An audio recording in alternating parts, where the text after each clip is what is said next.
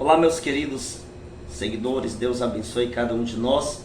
Eu venho trazer esse vídeo aqui falando sobre a escravidão, né? Existem protestantes que acusam a igreja de forma extremamente desonesta referente a esse tema. E eu quero trazer aqui para vocês uma situação que aconteceu em um grupo. Teve um protestante que enviou, né, um vídeo de um suposto historiador falando coisas absurdas contra a Igreja Católica referente à escravidão. E eu quero aqui mostrar para vocês esse vídeo e logo em seguida eu vou colocar aqui para vocês o áudio que eu gravei respondendo, né, refutando esse vídeo e desafiando o protestante chamado Carlinhos, que enviou para o grupo esse vídeo. E ele, como sempre, né, poucas vezes que debati com ele, porque entrei nesse grupo faz pouco tempo, todas as vezes ele corre do debate, ele não apresenta fatos e fica só aquele falatório de me chamar de idólatra, de dizer que eu sou um romanista e etc e tal. Então vamos para o que interessa. Assista aí o vídeo desse mentiroso e logo em seguida eu estarei mostrando para vocês o áudio que eu gravei, tá bom? Vamos lá. Laurentino, no seu livro você chama muita atenção para o papel da igreja em todo o processo da escravidão.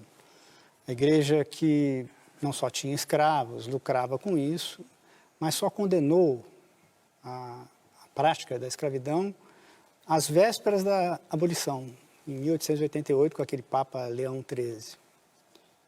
Eu queria perguntar para você se você faria um paralelo com o Brasil, que é um país de um racismo dissimulado e, ao mesmo tempo, é o maior país católico do mundo, né?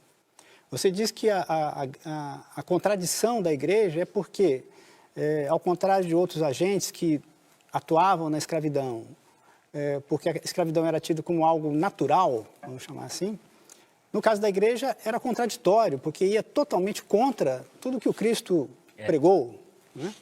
Então nós estamos aqui no maior país católico do mundo, né? E temos esse grau de racismo dissimulado, embora, mas ele está aí presente, os dados que a gente já citou por aqui não deixam dúvidas, né, de como as pessoas são discriminadas pela cor da pele. Existe um historiador chamado David Bryan Davis, que ele diz que a escravidão é um choque para a civilização ocidental, uma contradição insolúvel. E a maior expressão disso está na igreja, porque as bulas papais, os decretos papais do século XIV, XV, XVI, foram como que cartas de autorização para que o rei de Portugal, os reis europeus, ocupassem os territórios africanos e escravizassem os seus habitantes, inclusive em nome de uma evangelização, de uma obra missionária. E eu digo que até isso, aí que nasce a ideologia racista, a ideia de que os africanos eram bárbaros, selvagens, praticantes de religiões demoníacas e que, portanto, a melhor coisa que poderia acontecer com um africano era ser embarcado no navio negreiro e vir se incorporar à supostamente avançada civilização europeia que se instalava na América. Essa é uma ideologia racista, né? E a igreja participou ativamente do tráfico de escravos. O Colégio dos Jesuítas em Luanda recebia escravizados como dízimo e mandava para os colégios de Olinda e Salvador sem pagar impostos, porque a Companhia de Jesus era isenta de tributos. Esses escravos eram revendidos para os senhores de engenho e essa era uma das fontes de renda para a Companhia de Jesus. Todas as ordens religiosas, os carmelitas, os beneditinos, os jesuítas, a ordem mendicante de São Francisco, os franciscanos, foram donas de grandes plantéis de escravos. E, de fato, como você citou, a igreja nunca se pronunciou de forma decisiva, convincente contra a escravidão, até o Papa Leão XIII, às vésperas da Lei Áurea. Então, você observa aí que tem uma contradição, não é só uma questão de anacronismo, né? Usar valores do presente para julgar a igreja no passado, quando todo mundo que não era escravo era escravista. é uma contradição intrínseca entre a escravidão e o evangelho da misericórdia, do perdão, do acolhimento. Essa contradição é insolúvel. E eu diria que continua ainda no Brasil hoje, né? Nós somos um país que nos orgulhamos, não só de ser um país grande católico, mas um país cristão, de crescimento acelerado das igrejas evangélicas, pentecostais. E, no entanto, nós admitimos ainda uma continuidade da escravidão de uma forma disfarçada na forma de racismo e de indicadores sociais que são inaceitáveis. Eu diria que essa é a principal forma de racismo. Não é o racismo que a lei pune, de você se expressar verbalmente agredindo uma pessoa negra com um nome que a lei não permite. E esse é um crime inafiançável. A principal forma de racismo está na população branca brasileira que aceita a ideia de que os afrodescendentes nunca vão ter as mesmas oportunidades de emprego, de moradia, de saúde, de saneamento, de educação. Esse é um racismo que é silencioso, mas ele é muito mais destrutivo até do que uma agressão verbal. E a lei não pega esse tipo de racismo. Olá, queridos, a paz, boa noite a cada um de vocês. Aqui quem fala é Daniel Silveira. Referente a essa questão da escravidão, que está sendo mencionada aí por algumas pessoas de forma irresponsável, inclusive esse vídeo que colocaram aqui, eu estarei gravando uma refutação a esse vídeo desse protestante falando que a igreja em suas bulas, em seus documentos, aprovava a escravidão, recomendava a escravidão. Existem alguns pontos que devemos tocar aqui. É de uma extrema irresponsabilidade, seja lá de quem for, que com uma mentalidade atual fazer análises de situações que aconteceram no passado. Sabemos que no decorrer da história existem diversas épocas complicadíssimas em que o ser humano estava em uma constante evolução de pensamento referente a situações políticas. Até mesmo podemos falar da própria teologia. Existe um desenvolvimento. Ora, se formos analisar, por exemplo, o Antigo Testamento, aonde é mencionado as guerras que tinha o apoio de Deus, então teríamos que ter uma visão, se tivermos a mesma visão que os protestantes têm, de situações que aconteceram na Inquisição, de situações referentes à escravidão, então teríamos que olhar para o Antigo Testamento e dizer que Deus, por diversas vezes, errou diante das guerras que existiam naquela época e a forma de defesa do povo de Deus diante de seus inimigos. Então, de acordo com essas considerações, nós vamos ter uma prudência maior argumentativa. Do contrário, é apenas esforços para atacar a Santa Igreja. A doutrina cristã, de modo geral, gente, era contrária à escravidão e ao comércio de escravos. Já nos primórdios do cristianismo, São Paulo, já no século I, né, ali mostrando claramente, ensinava a igualdade de natureza entre os homens, judeus, gentios, não judeus, né, que os gentios eram não judeus, visto que a nova aliança ela possuía um caráter universalista, ou seja, para toda a humanidade. Agora, as pessoas não mostram um documento oficial da igreja apoiando as atrocidades que aconteceram nesses períodos difíceis de evolução humana. Entenderam? Então, assim, prestem atenção. Veja que todo esse período, quando nós vamos estudando, nós vamos percebendo o desenvolvimento da humanidade. A escravidão era também vista como uma consequência acidental do pecado, gente. Tinha gente que tinha essa visão, sim, tal como expõe Santo Agostinho de Hipona no século IV a V, né, depois de Cristo, que dizia ser todo homem escravo de seus pecados e que alguns também eram castigados, tornando-se escravos de senhores temporais.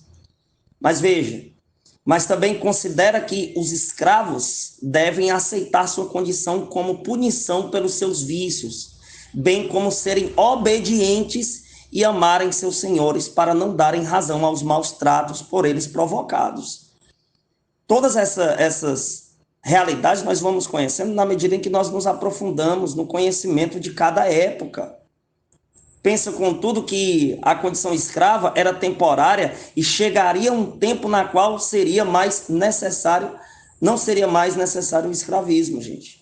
Então, isso é que muitos não querem enxergar. E daí vem um protestante na televisão e diz que a igreja, em suas bulas, em seus documentos, apoiava isso e aquilo, mas ele não cita os trechos dos documentos. Ele não fundamenta a argumentação como todo protestante faz. Qual é o costume do protestante? A igreja fez isso, e tal época, e tal época, e tal época. E daí eles tentam condenar a igreja com essas argumentações que eles tiram de onde, meu Deus?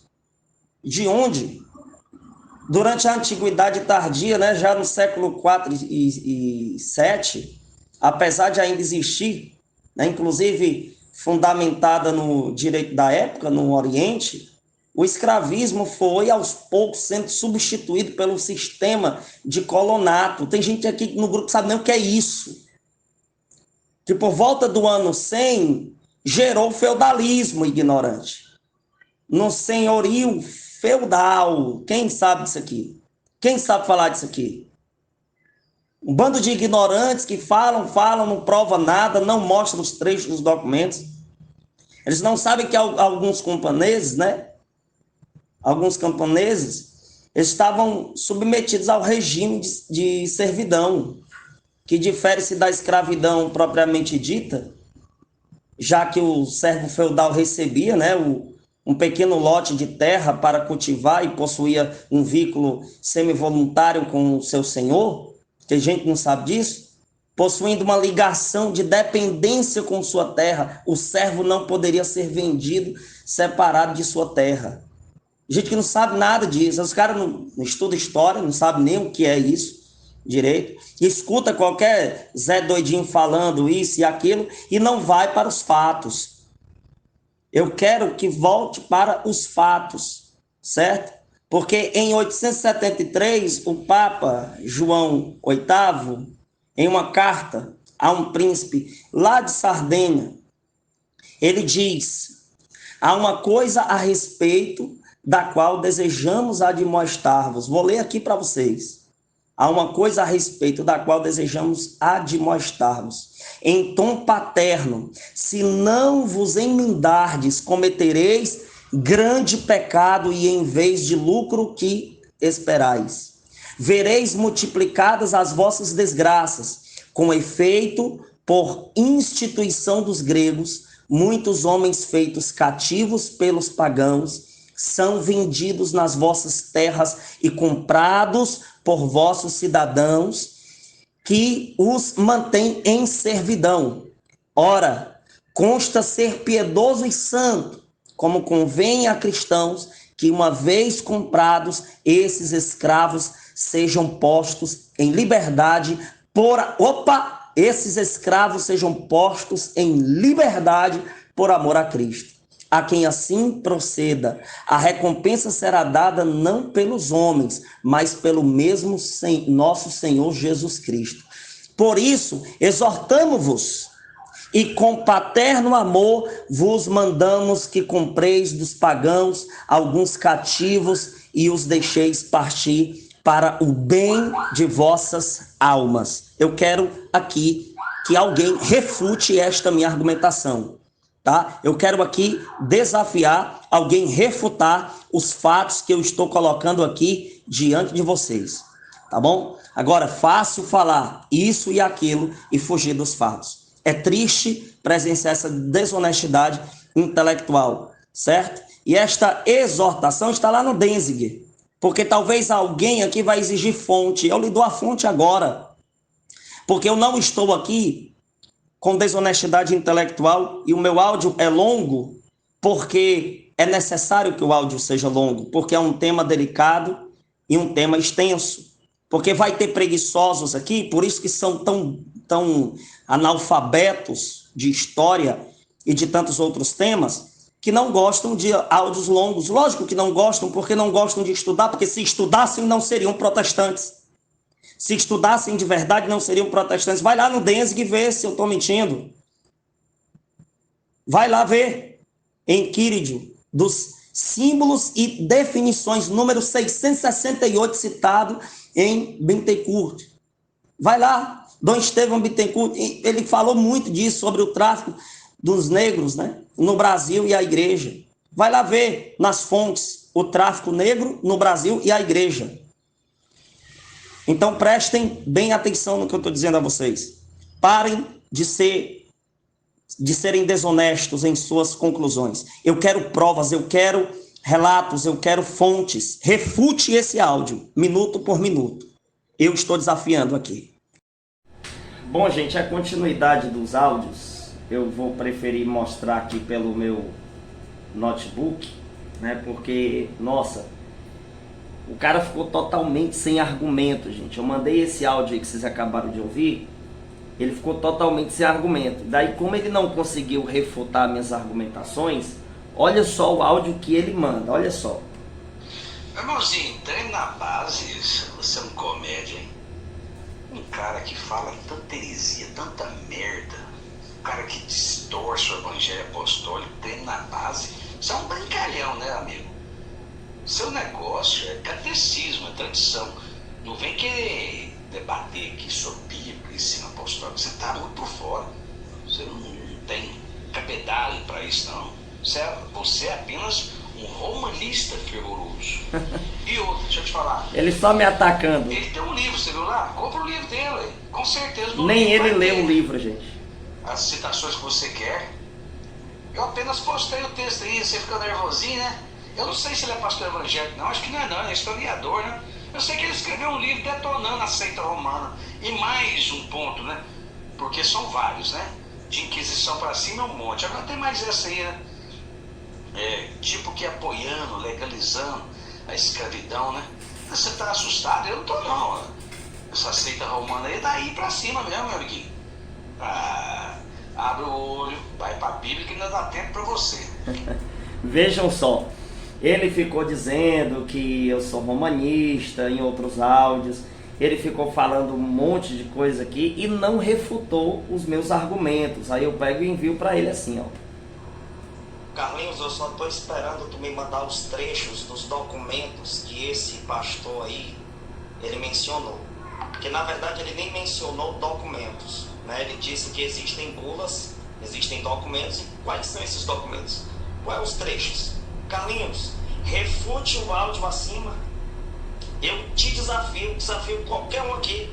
Cadê a refutação? Vocês são muito fracos mesmo. Quando eu entro aqui parece que vocês tremem na base, né? Treme na base. Eu quero a refutação do áudio que eu enviei acima.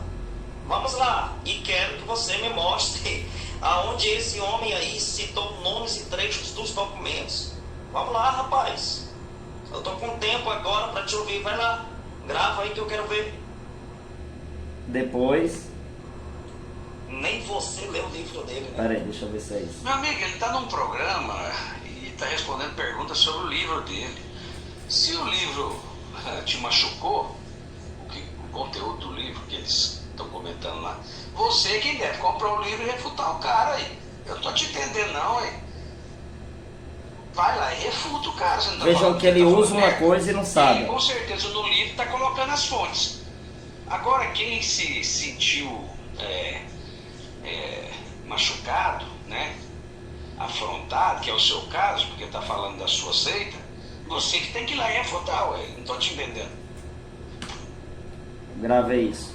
Nem você lê o livro dele, né? E me recomenda um livro da qual você não tem conhecimento. Cadê as fontes? Eu quero os trechos. Eu quero que você refute o meu áudio, parte por parte. Você ou qualquer outro protestante que estiver aqui. Vamos lá. Cadê? Agora vai gravar áudiozinho dizendo que eu sou idólatra, que eu sou romanista fervoroso e etc. Cara, me esquece. Esquece o Daniel. Vamos citar o que está sendo abordado. Vamos citar as fontes históricas que temos. Vamos utilizar de documentos. Para de olhar para mim, vamos olhar para o conteúdo que está sendo abordado. Coisa que você não está fazendo, Carlinhos. Mais uma vez, você é fraco demais, cara. Vai lá e refuta parte por parte do meu áudio, querido. É só isso. E mostra os trechos e os nomes de documentos que esse homem aí citou, que ele não citou nada. Nada. Dizer que alguém fez ou deixou de fazer algo em determinada época sem mostrar as fontes argumentativas para isso é apenas invencionice. Esforços de querer manchar a imagem de alguém ou de alguma instituição. Eu quero os trechos, eu quero os documentos, eu quero a refutação do meu áudio. Você não é capaz de fazer isso? Assuma a sua falta de conhecimento. Assuma. É tão fácil assumir que não conseguem me responder. E daí passa-se para outro assunto. Pronto. Vejam só que ele não me respondeu em nada. Ele rodou, me atacou bastante, né? E ele não refutou meu áudio, gente. Até agora ele não refutou.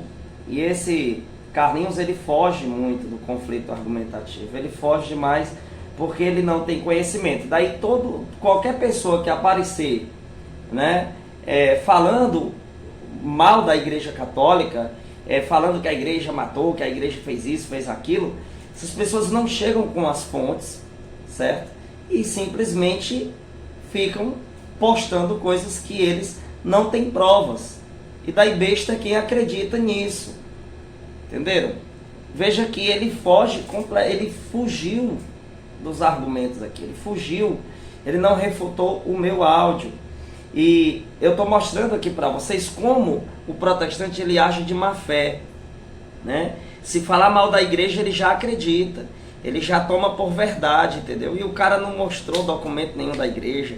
Tudo que o cara falou foi da cabeça do cara. O cara não disse fontes, ele não pegou os trechos, certo? De documentos, que ele disse que a igreja fez isso, fez aquilo, mas ele tirou essas argumentações de onde?